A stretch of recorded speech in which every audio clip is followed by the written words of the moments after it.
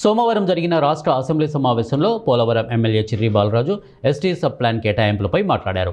ఇటీవల ప్రవేశపెట్టిన రాష్ట్ర బడ్జెట్లో ఎస్టీలకు మొత్తం 24,908 కోట్ల నిధులు కేటాయించినందుకు గిరిజనుల తరపున రాష్ట్ర ప్రభుత్వానికి ఆయన కృతజ్ఞతలు తెలిపారు.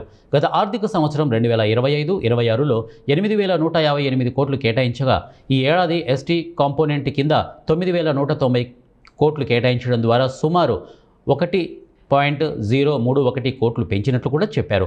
ఇది గిరిజన సంక్షేమంపై ప్రభుత్వ నిబద్ధతను సూచిస్తోందని అన్నారు.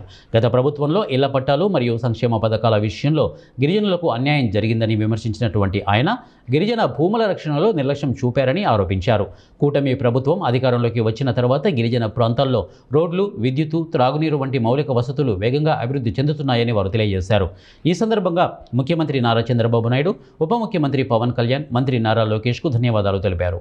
అలాగే పల్నాడు జిల్లా గొల్లపల్లి మండలంలో గిరిజన విద్యార్థుల కోసం రెసిడెన్షియల్ స్కూల్స్, కాలేజీలు ఏర్పాటు చేయాలని ప్రభుత్వం దృష్టికి తీసుకువచ్చారు. గిరిజనుల సమగ్ర అభివృద్ధే ప్రభుత్వ లక్ష్యమని ఎమ్మెల్యే బాలరాజు స్పష్టం చేశారు. మెరుగుపడుతున్నాయి అధ్యక్ష. అలాగే గిరిజన విద్యార్థుల స్కాలర్షిప్, ఫీజు రియంబర్స్మెంటు, ఉచిత హాస్టల్స్, భోజనం వంటి సదుపాయాలు బాగా మెరుగుపడ్డాయి అధ్యక్ష మన ప్రభుత్వం వచ్చిన తర్వాత.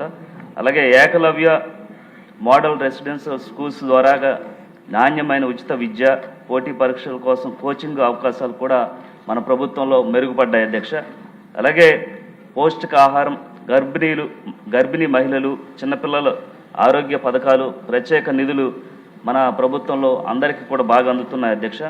అలాగే integrated tribal development agency ITD ద్వారాగా గిరిజన గ్రామాల్లో పాఠశాలలు, హాస్టల్స్, రోడ్స్, త్రాగునీటి సౌకర్యాలు వంటివి చాలా అభివృద్ధి చెందాయి అధ్యక్ష.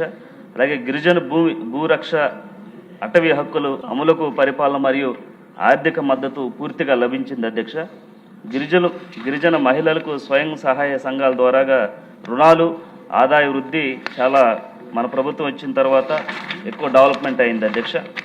అలాగే కూటమి ప్రభుత్వంలో అధికారంలోకి వచ్చాక ఎస్టీలకు గృహ నిర్మాణానికి అదనంగా 75,000 రూపాయలు ఆర్థిక సాయం, పీవీటీజీఎస్ గృహ నిర్మాణాలకు అదనంగా ₹1,00,000 ఆర్థిక సహాయం అందించాం అధ్యక్ష.